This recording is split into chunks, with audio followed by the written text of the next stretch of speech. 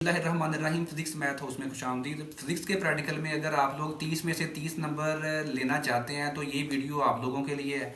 और मुझे उम्मीद है कोई भी बच्चा ऐसा नहीं होगा जो 30 में से 30 नंबर नहीं ले जाना चाहता। तो अक्सर स्टूडेंट्स को अभी ये इस चीज़ का नहीं पता जो मैं इस वीडियो में चीज़ें बताने जा रहा हूँ।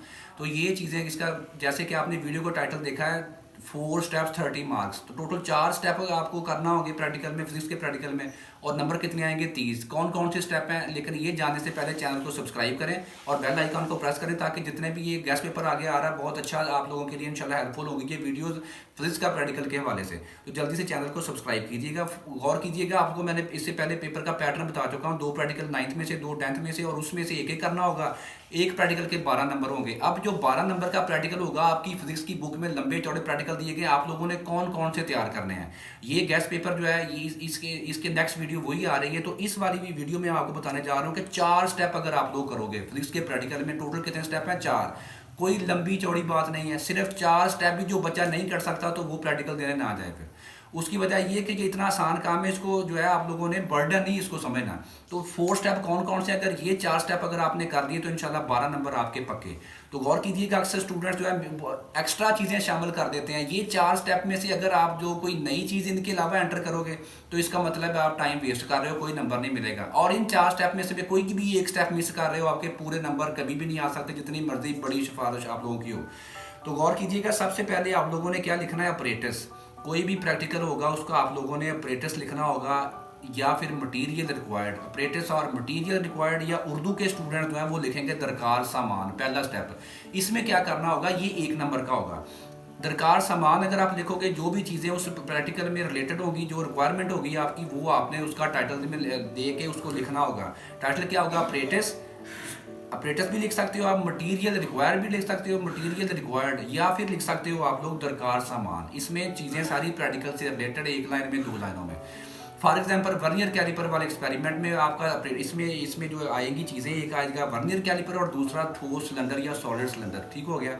तो ये हो गया आपका 1 नंबर का पहला स्टेप। दूसरा स्टेप क्या होगा? दूसरा स्टेप आमतौर पे बच्चे ये कहते हैं कि यार हमने ऊपर से देख के लिख लिया, या मैंने फलां की कॉपी को पूरा लिख लिया, मैंने टू दी पॉइंट लिख लिया और मेरे 12 नंबर पक्के। नहीं भाई, प्रोसीजर जो होगा या तरीकाकार होगा, इंग्लिश में लिखोगे प्रोसीजर, उर्दू में लिखोगे तरीकाकार, ये आपने 8 से 10 लाइनें लिखनी होगी और इसके नंबर आपको मिलेंगे सिर्फ 2। ये 2 नंबर का होगा। ये 2 स्टेप हैं। पहला स्टेप आप लोगों ने ऑपरेटर्स या मटीरियल रिक्वायर्ड या दरकार सामान 1 नंबर का, 2 नंबर प्रोसीजर के।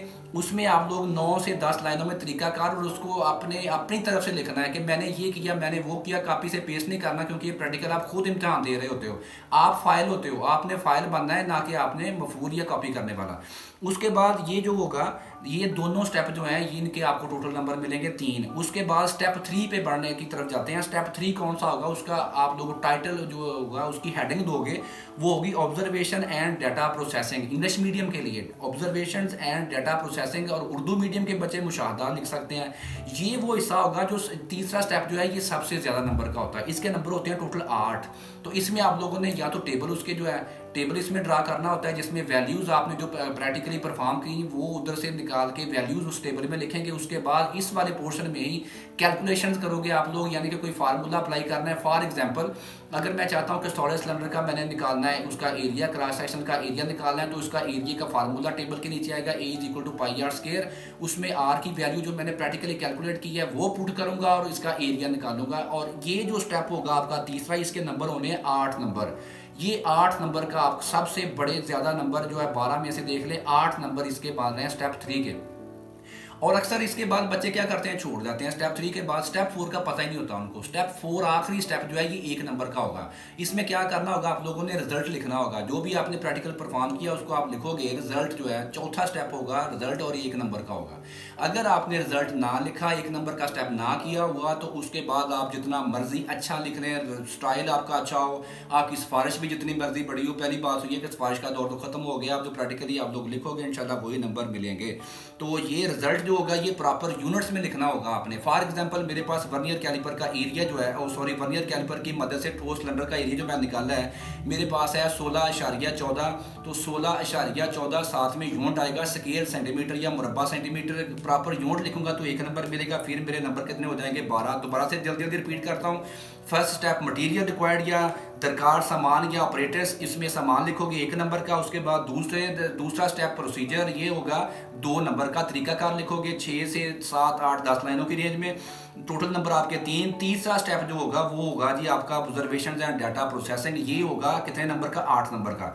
उसके बाद स्टेप 4 होगा रिजल्ट, जिसमें आप अपना कंक्लूजन जो है आपका निकला कि मेरा आपकी जो फाइनल आंसर आया उसका प्रॉपर यूनिट ऐसा यूनिट साथ में लिखा होना चाहिए, तो 1 नंबर इसका।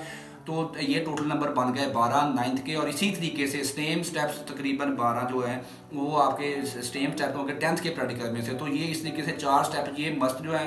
इनमें से अगर आपने एक भी स्टेप छोड़ा तो आपके उसी स्टेप के जितने नंबर हैं वो गए, ठीक हो गया। तो ये बातें आपने ज़हन में रखनी है। तो आपके 30 नंबर लेने के लिए 24 नंबर, ये अगर ये चीज़ आपकी अच्छी होगी तो इंशाल्लाह आपका इससे आपका पेपर के ऊपर, एग्जामिनर के ऊपर अच्छा इंप्रेशन पड़ेगा और आपको वाइवे में भी जो है फेवर करेगा। और उसके बाद प्रैक्टिकल की कॉपी में भी आप अगर अच्छी हुई तो साथ में इंशाल्लाह पूरे 30 के 30 नंबर, कोई सिफारिश की ज़रूरत नहीं, कोई परेशानी की ज़रूरत नहीं है।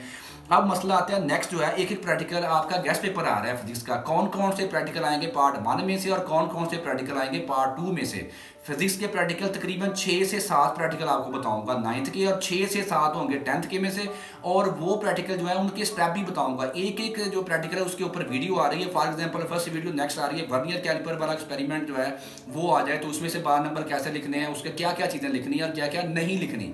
उसके बाद सेम एज इट इज जितने भी स्क्रू गेज वाला आ गया, वर्नियर कैलिपर हो गया, तो सारे इसके बाद जितने भी इंपॉर्टेंट प्रैक्टिकल है वो एक एक के ऊपर मुकम्मल वीडियो आ रही है। तो चैनल को सब्सक्राइब कीजिएगा, नेक्स्ट वीडियोज़ का वेट कीजिएगा। इसी तरीके से केमिस्ट्री का प्रैक्टिकल, बायो का प्रैक्टिकल, कंप्यूटर साइंस का प्रैक्टिकल, मैट्रिक और इंटर के स्टूडेंट्स के लिए पूरे नंबर विदाउट परेशानी, विदाउट एनी सिफारिश, आपको इंशाल्लाह गारंटी होगी 30 नंबर की।